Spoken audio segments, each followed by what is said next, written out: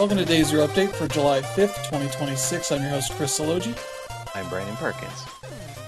Yeah, two-man crew again this week, Mm-hmm. but we have plenty of things to talk about.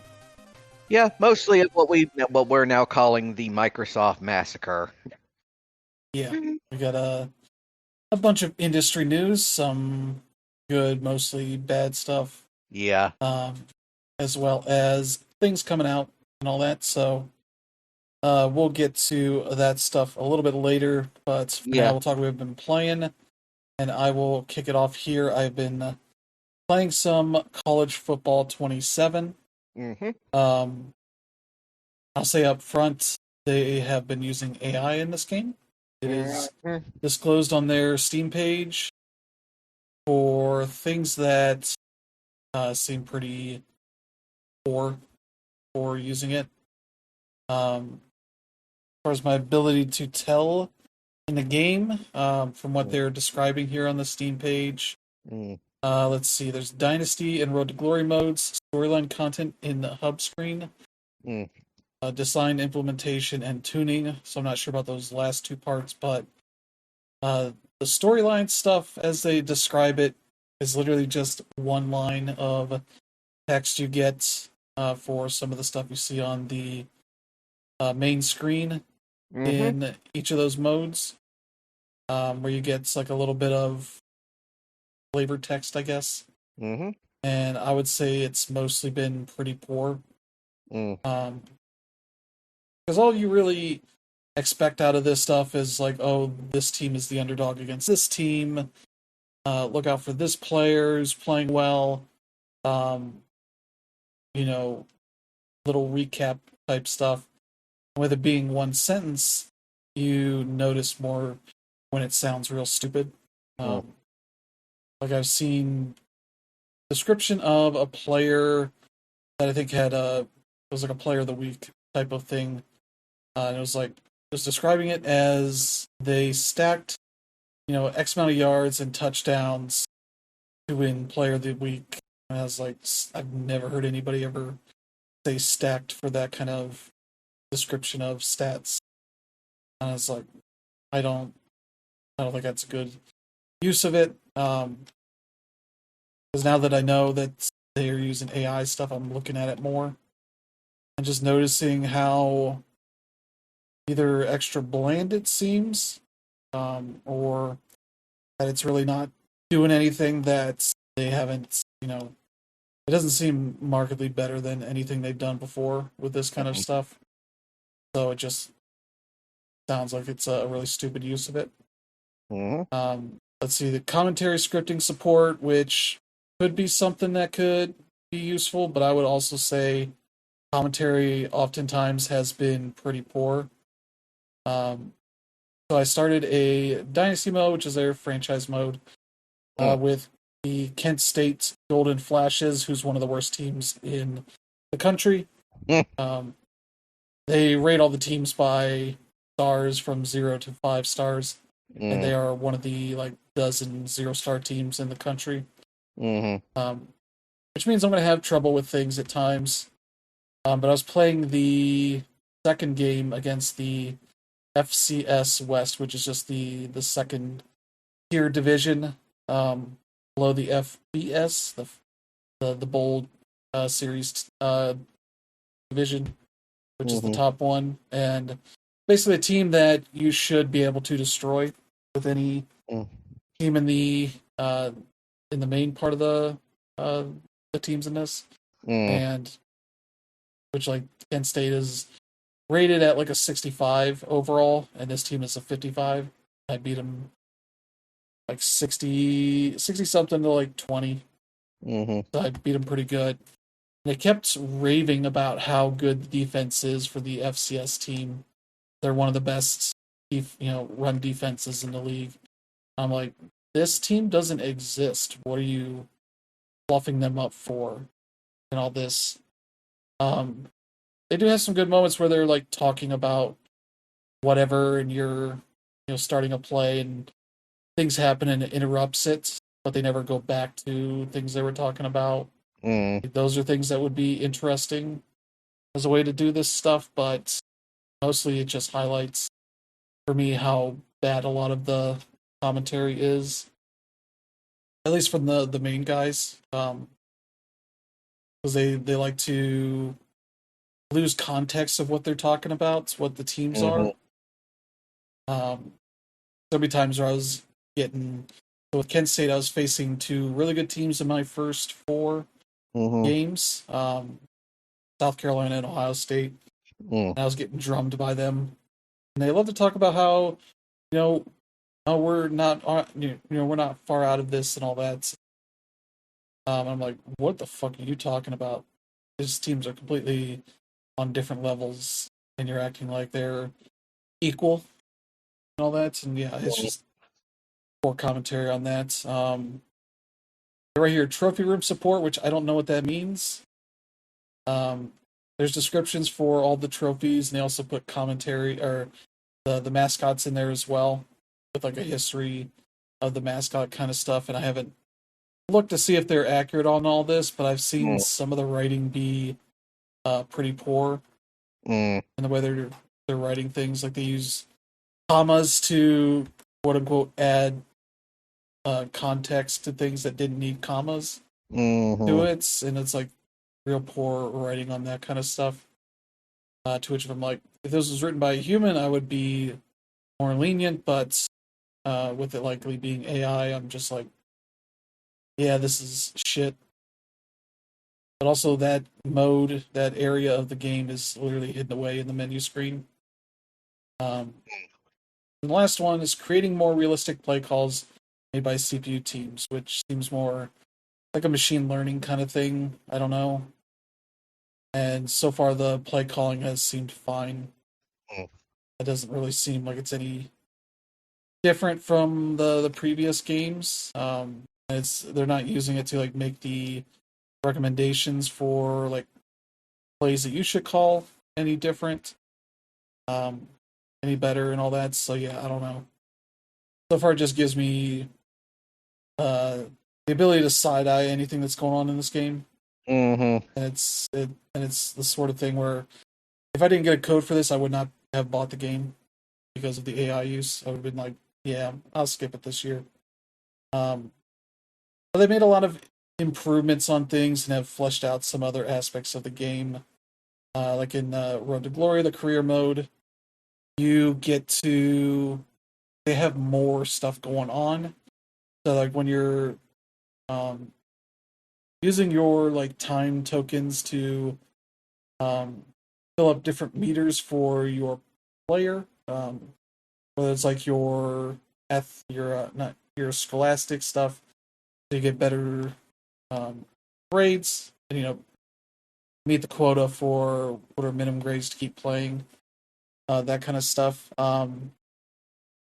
That's there's more events going on that might use those tokens to limit how far you can get. Whereas last year I could pretty easily fill that stuff up over the course of a season. And they have some of the other categories kind of just continually lose um, part of their meter every week, so that you kind of have to keep filling that up if you need to. You can let it atrophy if you want, but with the wear and tear stuff, you do need to use it on the body meter that will essentially heal you up for the week.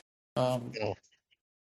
As you do, taking hits for each player kind of wears them down over time, and that can lead to uh, stats getting decreases and all that kind of stuff that you kind of want to fix up just to maximize the chance of you playing well.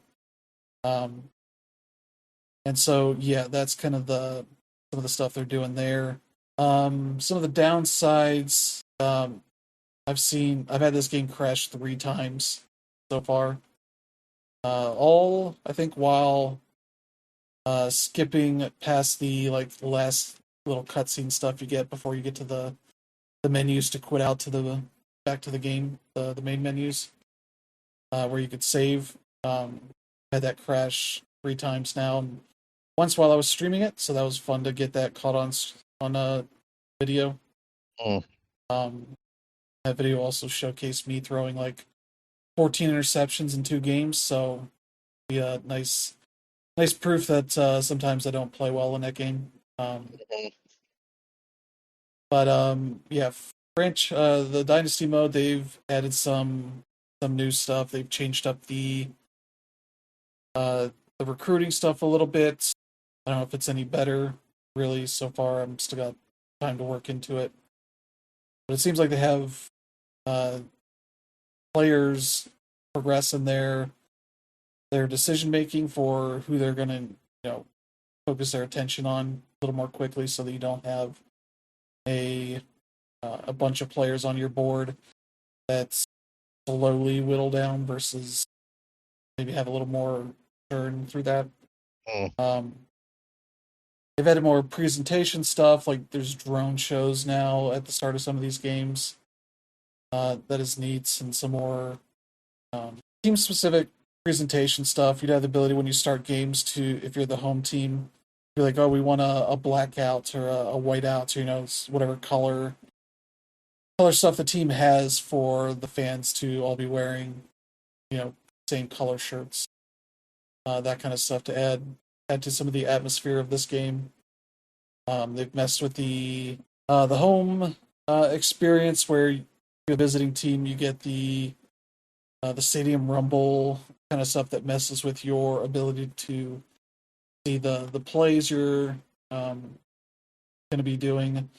Especially for kickers, they make that stuff a lot harder, which has meant that I've missed a lot more field goals in some of these games when I'm playing with the team. But yeah, it's been pretty good. Improvements in some nice areas. It's just unfortunate to have the AI stuff is like the thing kind of being a downer on all this for that. So yeah, Yeah. so there's that. That's out on Thursday, I think. So I'm hoping to have a review by then. We'll see. Let's see. Yeah, I finished up Solar Punk. So I'm gonna be working on a review for that too Mm. in my spare time. Mostly what I had to do, basically what I had left to do was basically just to get algae. Um, Mm-hmm. just another material that you can farm, but it farms very slowly compared to the ore and all that, because you essentially put this little drone that swims around a little space in a, like a little lake or a pond or whatever to gather it. I Mm. had a drone that goes and collects it, but because it was so slow, it would literally never come back to my base area, Mm.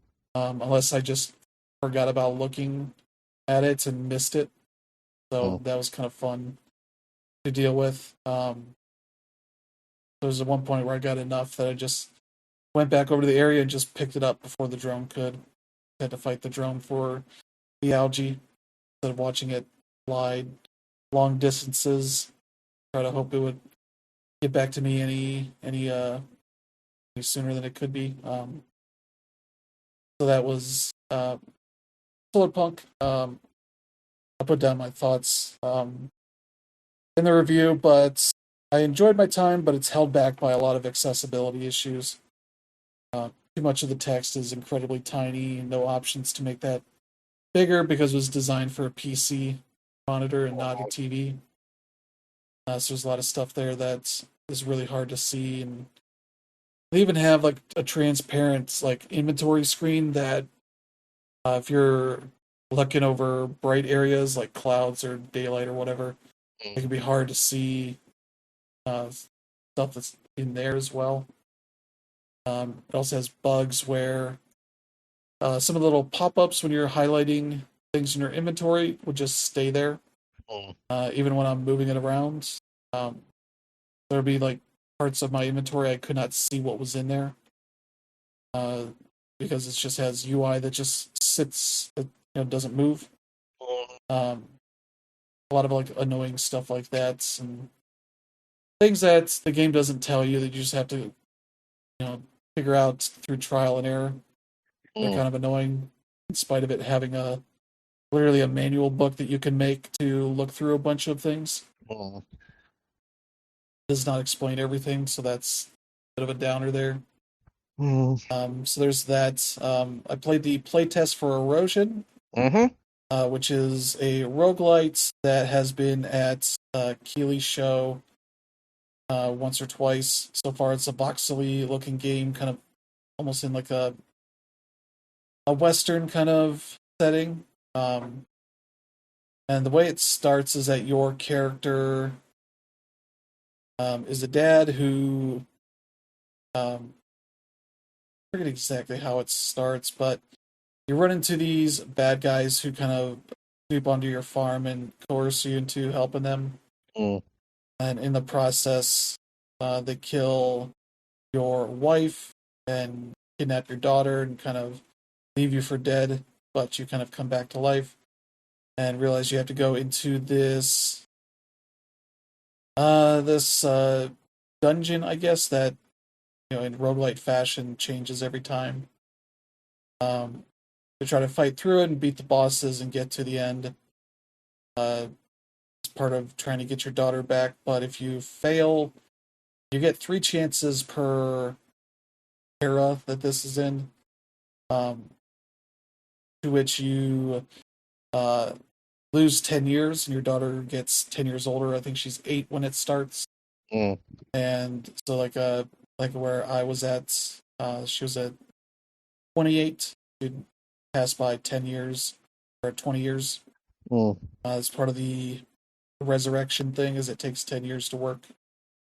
Um, and in that time, like, you don't just have to go down the dungeon. There's sort of an overworld to explore. And Mm. so there was a neat bit after the intro. I went over to where the farm was that we started in, the family's farm, and there were like people um, that were took over the farm, and I killed them. Mm-hmm. And so it was like you get a little glimpse in the menus of the timeline of things. And it's like, oh, you killed these people that were taking over your farm. And then when I got to 20 years later, it was like, oh, these people could have, taken over this farm and maybe done some stuff, maybe become merchants or whatever. I didn't know exactly what went on there. So there's like some neat consequences of things. But there's also like, oh, you didn't kill these people that are over in this town. So maybe that's become a lawless hellscape or something. Yeah. Uh, there were things like bridges and such that I didn't have access to. Uh, the way that you can lower it, so but you can go around and uh, fight enemies and all that kind of stuff. You risk losing health and dying out there and wasting your chance of getting through the dungeon, but you can't get things out of it. So there's a reason to potentially take that risk. And as you make progress, you build up the base area around where you go into the dungeon. People show up to help you out with that, and so there's stuff there that you use to improve your stats and all that. Mm. So that seems pretty neat. I think the play test is over Mm. at this point, but it seems pretty promising for what it has. So yeah, I am looking forward to that. Mm. I'm not sure any other platforms it might be coming to, Mm-hmm. but at least on PC. So I don't think it has a date or anything yet. So I think they're just taking feedback and all that. So there's that. And then the last one, I got Rhythm Heaven Groove. Don't really have too much to say about that because I've not played a ton of it. Yeah. Mostly because it's the kind of game where you want to play it in a very specific way, Mm-hmm. so that you don't have like audio delay or anything. So that's limited the amount of time that I have to play it. But I played a good chunk of it, and that seems really good. It's very Mm-hmm. much like other Rhythm Heaven games, Mm. where all the games in it are a couple minutes long. They Mm-hmm. give you a good intro to kind of explain how the mechanics work, which are all rhythm based, but usually trying out different ways of tripping you up. Mm-hmm.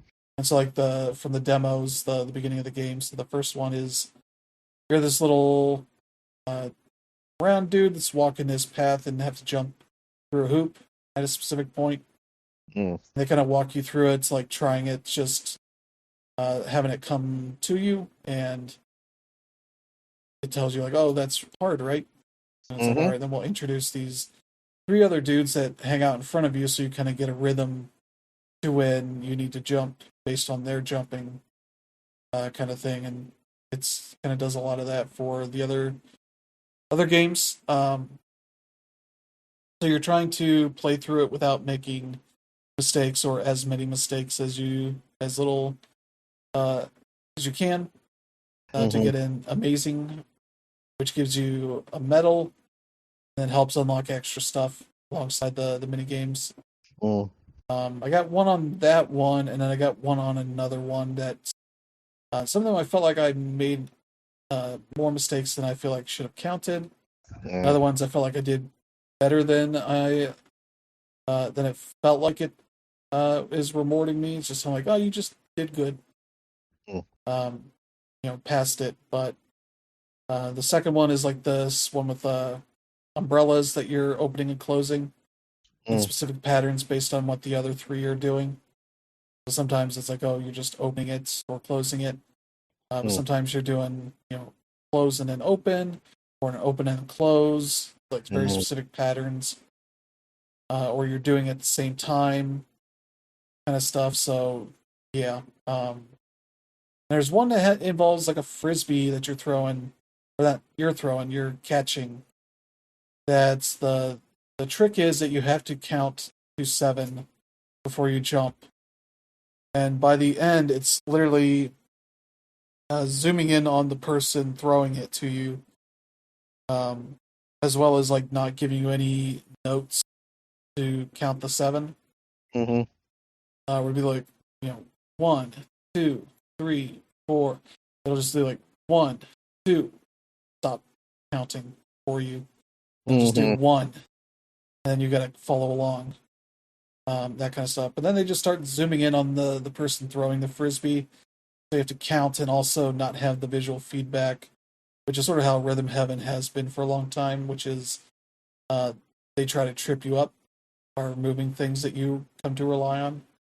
So then you have to actually get better at the rhythm stuff and the counting and all that kind of stuff. So yeah, Mm. that makes for a really fun game. But I'm looking forward to put more time into that. That's been fun so far. Um, but yeah, that's been pretty much it. So how about you, Brandon? Well, as for me, going through Splatoon 3, still playing that. There's a new Splatfest that's coming up this week, starting I think Friday, or perhaps a little earlier than that. But this one is more or less going to be related to the release of Splatoon Raiders, which comes out a couple weeks from now.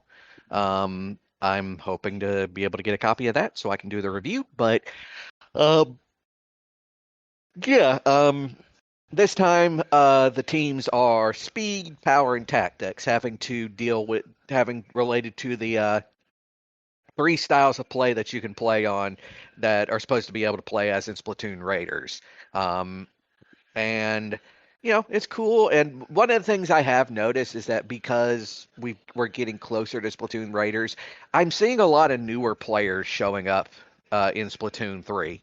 um, and that's both a blessing and a curse, because for one thing, this game that's a couple of years old now is getting new fans, which is great. Only problem is it also means that a bunch of them are inexperienced and don't really know how to play the game effectively, or their internet connections suck. Um, because I've run into a couple of instances where the game has had to be like called due to somebody dropping out, or you know the even worse thing, which is when someone drops out in the middle of the game, but the game keeps going anyway, which is something that shouldn't happen, but it does.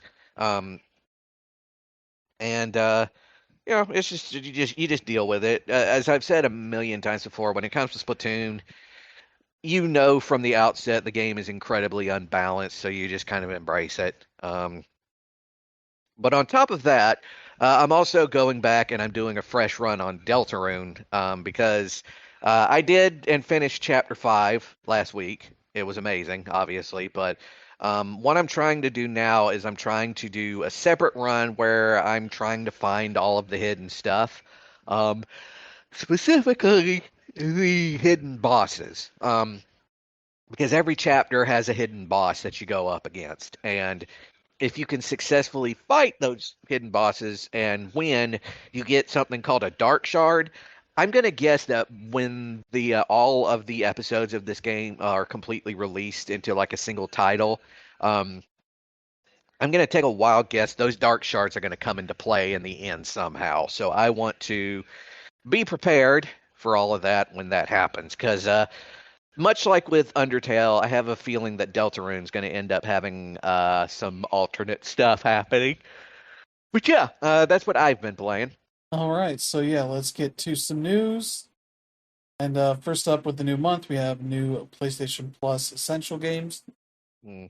And yeah, you can see that a new Call of Duty game is coming out because one of them shows up on this list. Yep.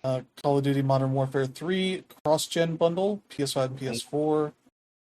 So you can check out the second time they've done Modern Warfare 3, Mm-hmm. which they claim has an all-new campaign, which it doesn't really.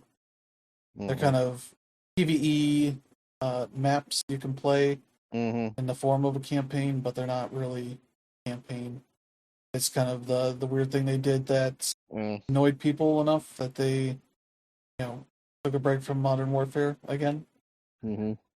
So yeah, you can check that one out if you need more Call of Duty, I guess. Let's see, for also for PS5 and PS4 for the King 2. Mm-hmm. This is sort of like a turn-based RPG, a little bit D&D-ish Mm-hmm. to it. I played the first one and that was pretty good. I haven't played the second one yet, but yeah, that seems like it's probably pretty solid. So you can Mm-hmm. check that one out. It also Awesome. supports four-player co-op Mm-hmm. for that as well, so you can each take control of one of the characters. So Yeah. that seems neat. And then also for PS5 and PS4, Crosscode, Mm-hmm. the kind of Zelda-ish 2D action RPG that Yeah. um, features these like disc things you throw around to Yep.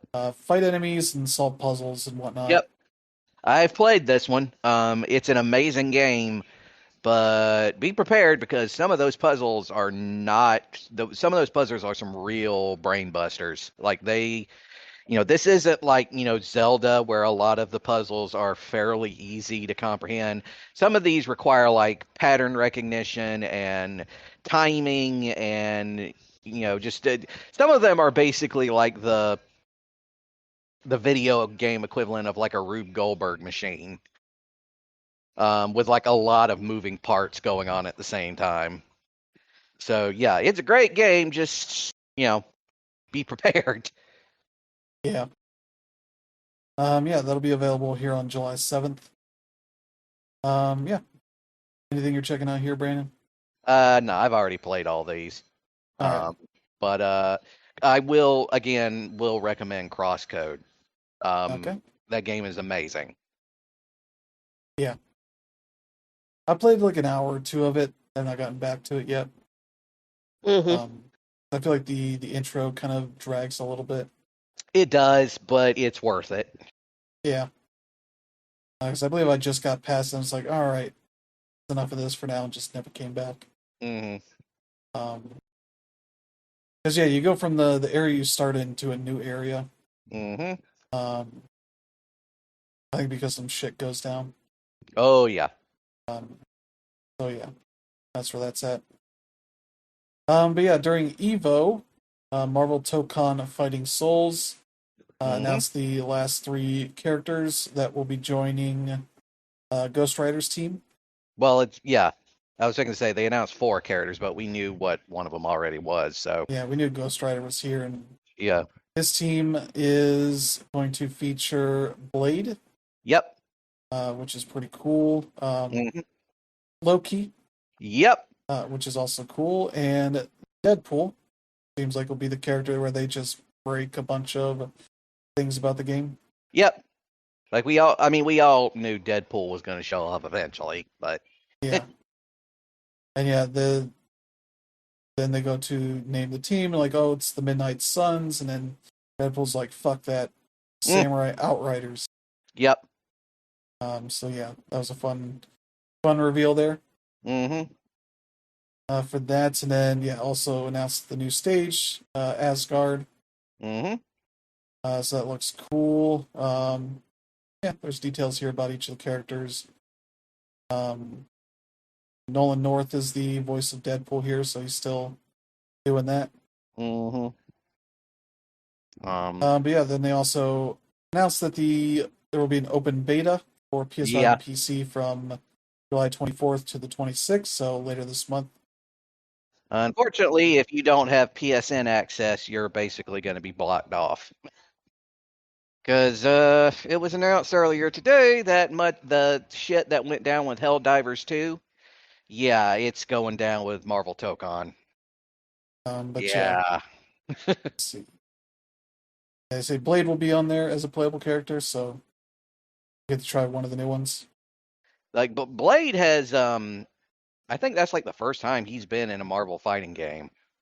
So, Yeah, yeah. In fact, I think it's like outside of like movie tie-ins, I'm pretty sure that's the first time he's been in a video game, period.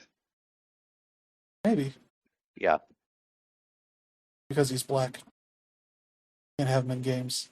Exactly. So there's that. Let's see. Onimusha Way of the Sword. Capcom decided not to wait until the 25th. Mm-hmm. So they announced that it'll be coming out 3 weeks earlier on September 4th. Mm-hmm. They decided to get out of that log jam at the end of the month. Yeah. Put it out at the beginning of the month, so you'll be able to check that out a little sooner. Just Mm. about 2 months. So there you go. You got less time to play any Onimusha stuff if you wanted to play before that. Mm-hmm. So there you go. Let's see. Then we got some game. Yeah, we got one more game here. Nivalis Knights. It's going to be out September 29th. Mm. This is the new game from the team that made Cloudpunk. Mm-hmm. And surprisingly, they made another Cyberpunk game. Mm. But this one is more of a life sim, basically. As the way they describe it here. This combines everything that draws you into the cozy life sims you love with a deep cyberpunk sim. The cyberpunk slice of life sim returns to the eponymous city from Cloudpunk. Mm. Yeah, you can build a life for yourself in the bustling futuristic city, expanding from a humble noodle stand or nightclub into a booming enterprise. Mm. Explore the city's crowded waterfront districts and hidden alleyways, meet its eclectic citizens, or Mm. simply enjoy a quiet life of fishing and home decorating in your home far above the clouds. So yeah, you can do a lot of that kind of stuff there, Yep. which seems neat. Mm-hmm. It's one of these games set in the cyberpunk setting, but doesn't require you to kill people or anything. Mm-hmm. Yeah, yeah, you find friends, hear their stories, customers, and maybe even find love. So yeah, Sounds cool to me. yep, Might actually look into this. yeah. It's out on PC September 29th, Mm-hmm. so you can check that out. Also at the end of September, Mm. like many other games. Then we got some delays here. Danganronpa 2x2 got a Mm-hmm. delay from being out this year to early next year. Mm. They also have announced that, let's see, yeah, they've added Slayhem mode and an enhanced world map that they've shown off here. So, yeah, there's the original scenario mode and Slayhem mode. Mm. They say in Slayhem, a certain incident triggers a dramatically different chain of events, different Mm-hmm. victims, culprits, and tricks. Slayhem offers approximately 20% more content than original mode. Yeah. And yeah, they've um, yeah added a major update to the world map for this one. Whereas Danganronpa 2 Goodbye Despair featured a side-scrolling map for traveling between locations. Danganronpa 2x2 introduces a 3D world map that gives players a clearer sense of the island's layout. Mm. You can navigate, I guess, by 2D or running across the map in 3D. Mm.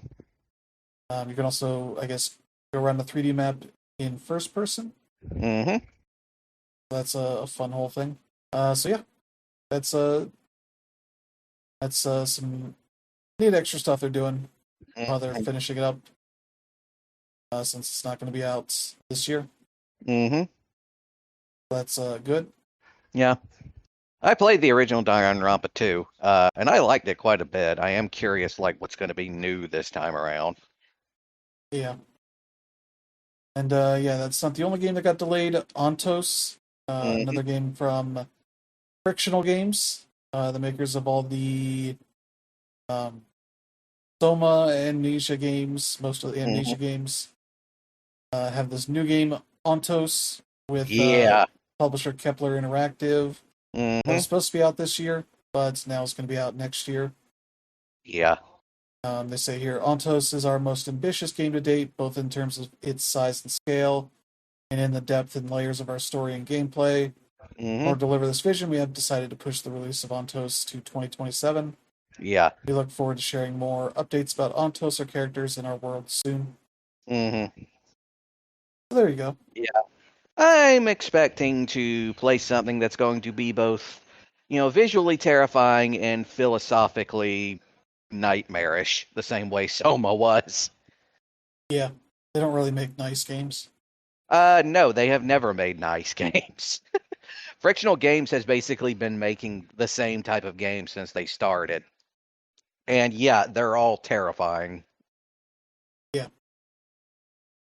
Speaking of things that are not terrifying, the Subnautica 2 legal battle has finally reached its conclusion. Like, yep. Um, yeah, so Crafton and Unknown Worlds have finally reached a settlement Mm-hmm. in this legal fight that's lasted for a year or so. Um, After they fired Gill, um, Ted Gill, and studio co-founders Charlie Cleveland and Max McGuire, claiming they had failed to do their jobs. Their execs filed a lawsuit against Crafton, claiming the publisher fired them and delayed the then unreleased Subnautica 2 to avoid paying a massive $250 million bonus. Mm. And yeah, in March, a judge ordered Crafton reinstate Gill as CEO. He was Mm-hmm. given control back over Subnautica 2's launch. Mm. And yeah, that's when we also learned that Crafton used ChatGPT for legal advice and all this, which did not work Yep. out. And yeah, Subnautica 2 came out in May and was a huge hit, ensuring that the devs would get the bonus Mm-hmm. that was promised to them. But as part of this, the new legal settlement means that all current employees of Unknown Worlds will receive a large bonus due to Subnautica 2's massive success. The bonus will be paid in 3 annual installments. Previously, Mm. only employees who were around when Crafton purchased the studio in 2021 we're going to get the bonuses, so that is good to see. Mm. And as part of it, Ted Gill is going to be stepping down as CEO of Unknown Worlds. So yeah, they'll be finding a new CEO. But yeah, that is a good way to end your time there. Yep. Help get the game out and that it's a huge success and get your people paid the bonus they're owed Yep. and be able to resign or step down and have full control of your future. Mm. Wish Ted all the best and Crafton all the best in paying those bills. Mm. Luckily for them, they're able to stretch it out to 3 years, so Mm-hmm. they'll be fine. They could use some of that PUBG money for that. Mm. So yeah, that's good news. Yeah. I don't know if you have anything to add, Brandon. No, other than the fact that I'm pretty sure that this is going to be a book at some point. Yeah, maybe. Because this was just a years-long saga that just continuously brought out just the weirdest plot turns. Yeah. But yeah, finally that can just be a normal game now. Mm-hmm. But yeah, we got new villains. SK Hynix, Samsung, and Micron. If you don't Mm-hmm. know them, they're the three main companies that produce RAM. Mm-hmm. Uh, they have been subject of a class action lawsuit, claiming Mm-hmm. that the three have engaged in quote unquote concerted anti competitive behavior Mm-hmm. in the DRAM market, which, yeah, this was filed in the District Court for the Northern District of California. Mm-hmm. That the three companies coordinated their exit from DDR3 and DDR4 production and pivoted to producing high bandwidth memory Mm-hmm. for data centers. That's on top of accusations that they've been fixing supplies and prices since 2022. Mm-hmm. And the fun thing is, this is not the first time they've been accused of that. Mm-hmm. It happened quite some time ago. Yeah, the filing also notes that Samsung, Hynix, and Micron were found to be taking part in a criminal conspiracy to fix DRAM prices between 1998 and 2002. Mm-hmm. So it's been a while. They've been able to keep their their shenanigans on the down low, but now seems like there's another lawsuit. We'll see. Um, yeah, lawyers also say that due to the massive amount of capital required to set up a DRAM fab, estimated to be between 15 to $20 billion, and a long roadmap involved, it's hard for new entrants to join the market and discipline three companies. Mm-hmm. So yeah, the class here is made up of consumers and brick and mortar retailers. So we'll see where that goes. That's probably just gonna take a long time Mm-hmm. for the time being. So don't expect any resolution on that for a long time. Yeah, I don't. But at least somebody's trying it out. Yeah. And yeah, speaking of trying it out, Rockstar Games developers, Mm-hmm. especially in the UK, are asking Rockstar to recognize their union before GTA 6 launches. Which I'm gonna say good luck. Yeah, And I mean that both genuinely and facetiously, because on the one hand, more organized labor in the gaming industry is always a good thing. And I say facetiously because this is Rockstar we're talking about. yeah. The union has been organizing with the Independent Workers Union of Great Britain since 2019 and now claims to represent a significant portion of the workforce across Rockstar's Edinburgh, Dundee, Lincoln, Leeds, and London offices. Developers credit Rockstar with making improvements to working conditions, including unprecedented average pay rises and financial incentives for crunch for the first time ever, leading up to the release of GTA 6. Mm, Formal recognition, the union says, would allow developers to work more directly on improving pay transparency and flexible working arrangements, as well as mm, codifying further rules around crunch. Yeah. So they're hoping to get that, and hopefully soon. mm, We'll see if that gets anywhere, but I would not be surprised if Rockstar just delays that as much as they can so they can enjoy all the benefits of GTA 6's launch and not have to share them as much as they should. mm-hmm, So, yeah, that's your GTA 6 news of the week. mm-hmm, Then we got to layoff news. Other Side Entertainment has laid off 18 more people after Thick as Thieves launch. mm-hmm, This is the studio that is has yeah, I'm trying to see here. Yeah, it was founded by Paul Neurath.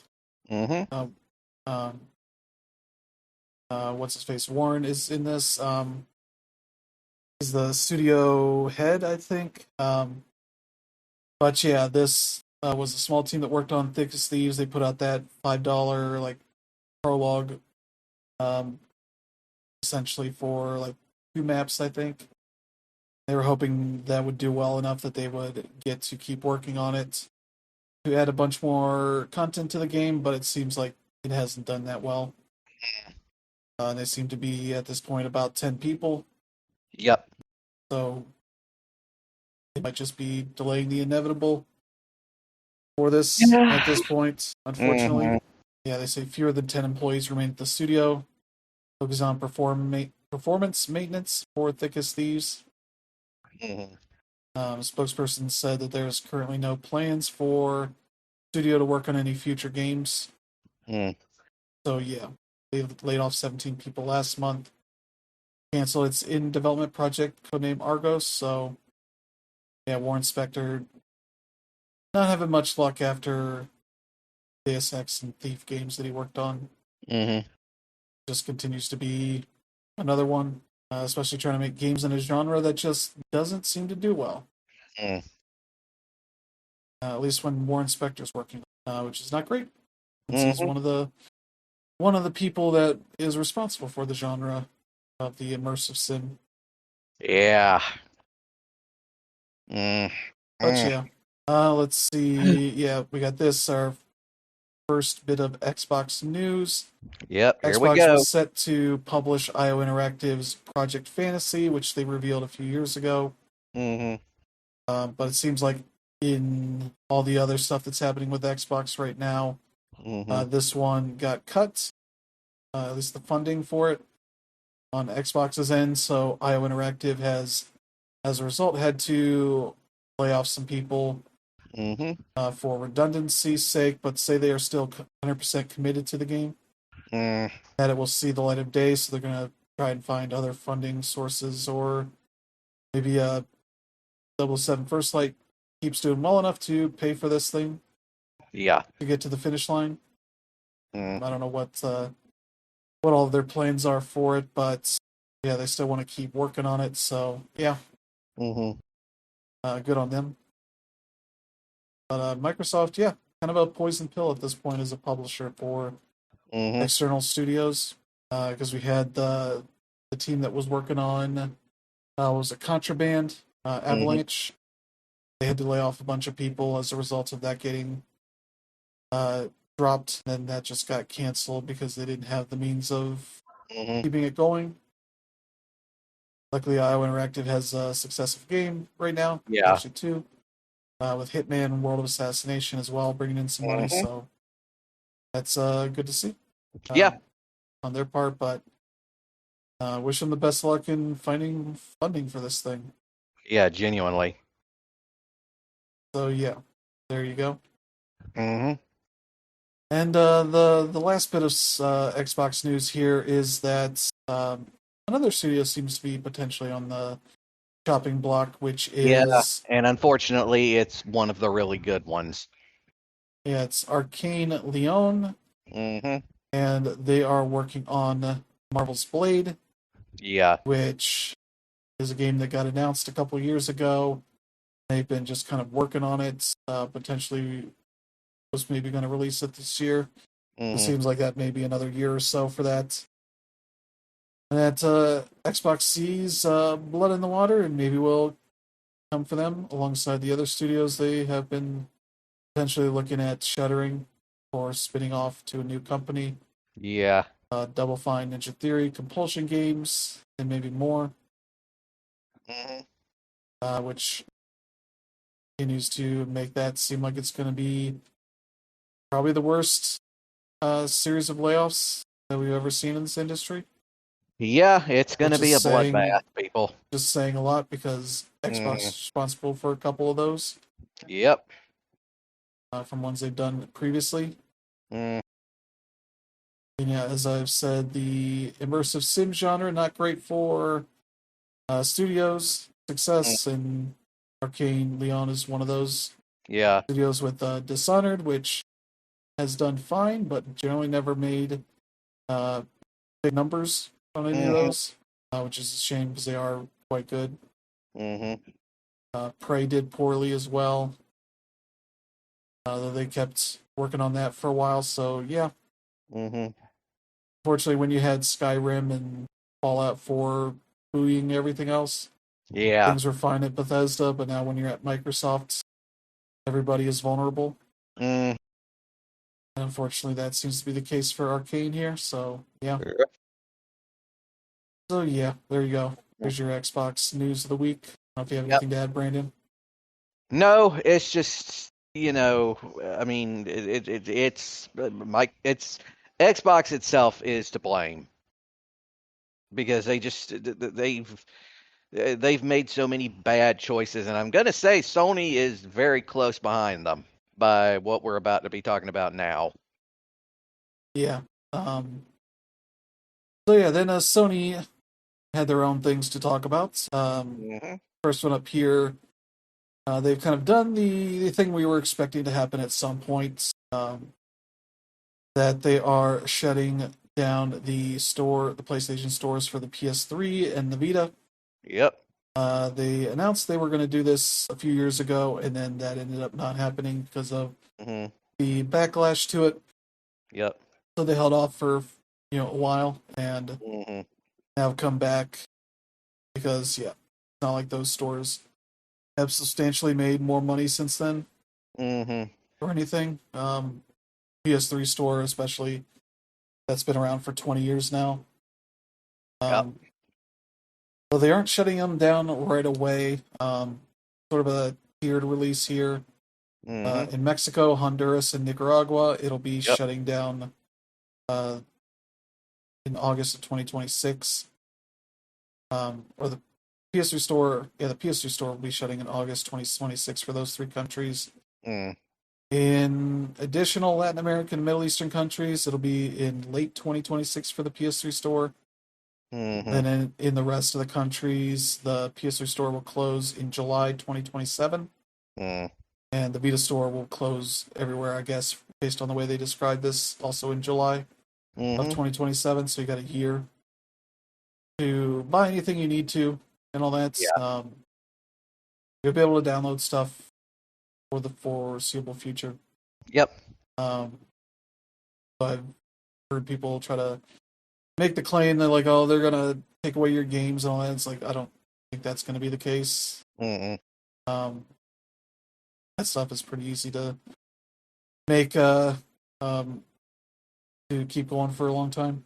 Hmm. Because like a lot of this, like the reason why a lot of these stores shut down on these older platforms is because of payment processors and all the other regulation stuff you have to keep up on. And Yeah. at a certain point, these platforms aren't justifying the improvements to be made Hmm. on that stuff. Um, Unfortunately, Yeah. so yeah, kind of leads to that. So yeah, the PS3 store, especially if you still have a PS3 to access it, there's a lot of good retro games on there, PS1, PS2 stuff Hmm. that are worth checking out. Some of the PS3 stuff you can buy and then get the free upgrade on the PS5 and PS4 Hmm. for some of that stuff, so you can do that. And those might be even a little bit cheaper on the PS3 Mm. to get that upgrade. It'll be like $7 instead of 10 Hmm. for some of that stuff. So that's well worth checking out. Mm. Um, there's also just a lot of really good games on there, as well as the big physical games you can get digital versions of there Hmm. for some pretty good prices. Though at this point, there's no more sales. Hmm. They've done sales on PS3 in quite a while for that, so that's worth checking out. The Vita has Mm. less amazing games to it, but still has quite a few good ones in there. Mm. And I think that's where you can still access PSP stuff. Hmm. Sort of your last bastion of PSP games on there. So those are things you can check out. Mm. Which I have my PlayStation TV hooked up somewhere Hmm. here, so I can access the Vita stuff through there. Mm. Um, so yeah, I might end up doing a stream of Vita stuff Mm. just as part of this plays through the PlayStation TV. So Mm. that's a shame, but 21 years for a storefront like this is better Hmm. than anybody else has done so far. Yeah, pretty extraordinary too, I would argue. Yeah. The Vita less so, but also it sold a small fraction of what the PS3 did. Hmm. So it's not really too much of a surprise there. Mm. But yeah, that's one of your Sony updates. Hmm. The other one here is that they announced. Let me see here the specifics. They announced that physical game production for all new games releasing on PlayStation consoles will be discontinued starting January 2028. 2028. Following this date, new games will be available on PlayStation Store and retails in digital formats only. This transaction has no impact on games that are already released or will be releasing prior to 2020, January 2028 in disc format. Mm. As they say here, this is a natural direction for Sony Interactive Entertainment to adapt to consumer trends as the general preference for digital media significantly outpaces physical discs. Transition will enable us to align more closely with how most of our community prefers to access and play games today. They do seem to suggest that they will basically be selling codes for games at retailers for that, so that'll be a way to access this. But yeah. So basically, we are fastly approaching the era where we will not be owning the games we purchase. I mean, kind of, we're already there. I mean, technically, yeah, but the existence of physical media makes it that much harder. Yeah. But yeah. So that was also on a game by game basis. Mm-hmm. Because some publishers just don't put their whole game on the disc. True. Whether to save costs for double-sided discs like Microsoft. Mm-hmm. Because I believe on Xbox they don't have support for the double-sided discs, so that's why a lot of like first-party stuff is basically an install disc. Yep. And why a lot of Sony stuff has been able to generally work out of the box, whether you have an internet connection or not. Yeah. So I think the website is Does It Play? That shows that at least on PlayStation, it's let's see. There's 94% yes on offline play for the discs they cover here. 73% no on the download required to play it, which is pretty good, and I imagine that's mostly on the PS5 side. Yeah. There, whereas if I look at Series X, 49% no for no download required, 87 for offline play allowed without an update or anything. And yeah, this increasingly has not been a huge surprise because if you look at the consoles available, Xbox side, there's one SKU out of 4 that has a disc drive. On the PlayStation side, one comes with the disc drive, but all of them are available to have an add-on disc drive added on. Yeah. I feel like if I could set the direction here, is to release the next system without a disc drive and allow the people that want the physical option to pay the extra for the drive to add on. Yeah. And like keep everything the same. You don't have to focus as much on physical if you don't want to as a company, but allow people to for the brunt of that cost for the physical stuff. But yeah, you also dive into this and you realize, you think about it, sort of how many businesses this will affect. Like I subscribe to GameFly. Yeah. That will affect, new releases in, a year and a half at this point. Yeah. A lot of retailers rely on this, a lot of like local game retailers. Even GameStop, though, they're falling apart for other reasons. Yep. Which I realized recently. I went and traded in my PS5 to essentially get the disc drive for my PS5 Pro, among other things. And the wealth of options I had for GameStops has dwindled down to basically 2. Yep. The one I went to, and there's one that's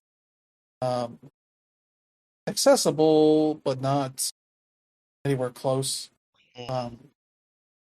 Whereas I used to have at least 5 or 6 for that, but their problem is all the shit outside of the games stuff.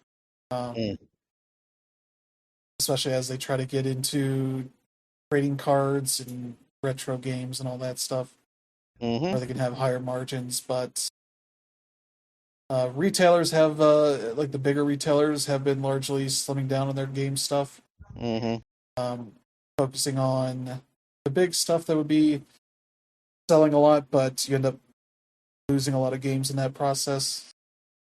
Though I checked out Best Buy yesterday because I was looking at it because I've seen people like, oh, Nintendo supports physical. I was like, they charge $10 more for physical games. And Mm. like as much as people are obsessing about GTA being $80, like Nintendo has officially released six $80 games at this point. Um, Mario Kart World and a bunch of the Switch 2 editions that have extra DLC and all that. Balloon that up to $80 if you didn't own the game already. Mm-hmm. Um, and Fire Emblem will be number 7 Mm. because that's a $70 game that'll be $80 at retail. Mm-hmm. Maybe Sony should have said, "Hey, we'll charge $10 more for physical." Mm. I don't know if that would bring in money, but the way that it seems like it's been talked about for the disc stuff is that it's obviously an increasingly smaller market Mm-hmm. as people generally switch over to digital games. Mm-hmm. Um, and that even for how many people are using discs, the amount of money that are coming out Mm-hmm. of them is even smaller than that. And that leads to this whole process here where it's just less and less of a market that Sony seems to want to focus on, I guess, Mm-hmm. as costs for everything seems to be going up. Disk drives, at least so far, are not increasing in price that much, but Mm-hmm. that could also just be a matter of time, the way things are going. But yeah, this affects a lot of things, a lot of companies, even your boutique publishers, like your limited run games and Fan Gamer and I Am 8-Bit and all these other companies that have been doing all these special edition releases that ends up increasingly being how a lot of developers and publishers are putting out their games, which is are companies that are going to be feeling the brunt of this kind of decision because if they don't have PlayStation games, they're increasingly just going to be focused on Nintendo Mm-hmm. Switch and Switch 2 Yeah. releases, and that's only going to go so far Yeah. It's because true. these are things they're selling for regular prices. Like these prices are much more than the digital version Mm. sells. So usually putting extra goodies to Mm-hmm. justify the increased costs, whether they go up to like $100 or $200 or just from $20 game to $40 for physical with some stickers or whatever in it. It ends up just leading to this situation where, yeah, if people continue to stop buying physical games, Mm-hmm. um, there's a lot of companies that get affected by that stuff, Mm. and Sony just sees that stuff going and seems to not want to keep going in that direction. Mm-hmm. Unfortunately, so yeah. I don't know if you have anything to add, Brandon. Nope. No, it's just sad. Yeah, It's just sad and it's infuriating. And the backlash is immense. yeah. I don't know that it's going to do anything, but I think Sony could.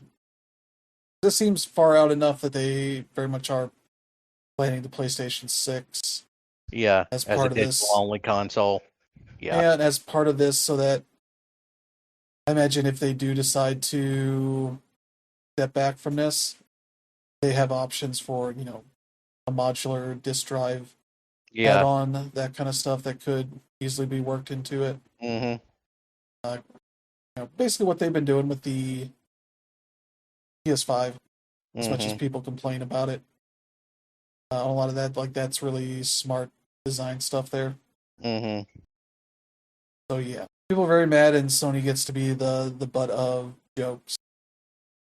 as we know, social media is that brands get to jump on whatever's popular, Mm-hmm. whether they care or not doesn't matter, I guess. But you get to see everybody be like, we're not making physical pizzas anymore. It's like, Yeah. yeah, that's funny, I guess. Mm-hmm. Congrats on your joke. Other people share Pizza Hut or Domino's or whoever's doing it Mm-hmm. because you need attention. But yeah, Yeah. uh, like the only physical stuff I've really been buying is just like stuff that's on sale at uh, GameFly or the occasional bad game that I'm like, I should have a copy of this, like Mm-hmm. Mind's Eye or Skull and Bones. Basically, when they start getting clearanced out, which is not really helping anything, I Mm-hmm. guess. I would need to be buying a bunch of physical games, as well as many more people than currently are doing. Mm-hmm. But there's no Gamers Club Unlocked kind of program out there that makes that a better deal. Mm-hmm. Guess I got rid of that, and I was like, all right, no more reason to get physical games, I guess. Mm-hmm. I'm just going to spend the same amounts and just keep filling up uh, plastic tubs games that increasingly get heavier and heavier. Mm-hmm. So yeah, that's a fun whole thing. Mm. They seem to do the smart thing in terms of like taking a break from social media posts. Mm-hmm. So that's people that have nothing to do with this decision don't get yelled at as much Mm-hmm. and just disassociate from the responses they get. Mm. Because yeah, I've not seen this many people post on the PlayStation blog comments, Mm-hmm. even on stuff that has nothing to do with it. Yep. Like here's one about people voting for the best game of June, Mm. and they're being like, "Fuck you, Sony." All right, all right, great, sure. Mm. To be honest, that's always what the PlayStation blog comments have been, just people yelling about stuff, Mm-hmm. airing their grievances. This is more worthy of that than the average thing. So, okay, luckily there is a limit. People aren't going back into old posts to talk shit. They did have to. The Dune people had to post about Dune Awakening. Mm-hmm. Of course, people are yelling in their comments. It's like they have nothing to do with this. Mm-hmm. But oh well. We'll see if they make any changes. I Mm. think it's potentially possible. We'll see. Mm.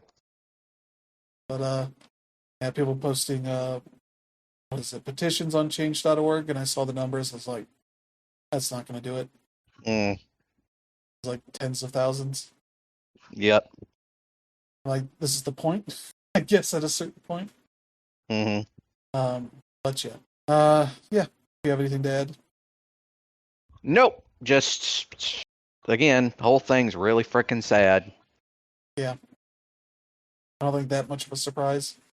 Mm-hmm. Somebody would pull that. Somebody would not pull it, but would move to this point. Mm-hmm. It feels like the numbers are just heading there. Yeah. Luckily, it's not happening for like the reason that like things have been happening like this with the music market, where people just move to uh, iTunes and Spotify, Mm-hmm. and so CDs basically really don't exist all that much anymore at physical Mm-hmm. retailers. You can maybe go to like a Target or Best or not Best Buy, Target or Walmart, and maybe get the latest hot stuff from the best artist, but you're not going to get the selection that we used to be able to get Mm. for bands back in 15, 20 years ago. Yeah. And even that can be uh, rough, and movies, Mm. proliferation of all these streaming services, though the young people are starting to realize the greatness of physical media in there. Maybe a little late, because now uh, getting copies of many of the new releases are now Mm-hmm. more expensive because they're only available at boutique sellers Yeah. for some of these movies. But like the reason we got into DVDs and Blu-rays was because uh, you would just have to hope it showed up on TV at some point. Like, hey, I can have a DVD of this and watch it whenever I want. without ads, without it being cut down for TV uh, air times and all that. Mm-hmm. Enjoy all that. You can enjoy the entirety of Titanic on your own. Mm. Nobody take out the boobies, any of that stuff. So yeah, that was a 2 tape VHS release Mm-hmm. back in the day. That's how long that movie was. So yeah, physical is pretty cool. Mm-hmm. Sometimes it sucks, but most of the time it's pretty cool. Yeah. I was looking at, yeah, Best Buy I mentioned. Them having third party sellers on there Mm-hmm. is just makes it insane. I was looking at the Switch 2 games that were on there. Mm-hmm. There's third party sellers that just sell you a 2 game bundle of various Nintendo games for more than it would cost to buy them separately. Mm-hmm. And it's like, oh, you can get Mario Kart World for $80 from Best Buy. What if Mm-hmm. you paid $90 from a third party seller? It's like, no, fuck off with all this shit. Mm-hmm. There's like pages of this, and I'm like, God, this is a mess with third party sellers. But sometimes that's how movies got back on Best Buy from those third party sellers. They're actually willing to sell them, and Best Buy is not dictating that stuff. Mm-hmm. But yeah, so yeah, that's your Sony news for the week and the end of your bad news for this week. Yep. Yeah, unless you have anything to add on anything here. Nope. All right, not enough. Let's get to the end here. Mm-hmm. Thank you to Brandon for joining us this week. Always. We'll be back next week with a new slate of news. And if you enjoy the show, feel free to let friends and family know they should check it out. It's like strangers who are also sad to not have physical games in a couple years. Yeah. But yeah, that's gonna do it for the show this week. Yeah, we'll be back next week with some new news and games to talk about. Mm-hmm. And yeah, thank you all for tuning in. Hope you have a good week ahead. We will see you all next time. Have a good one. Bye.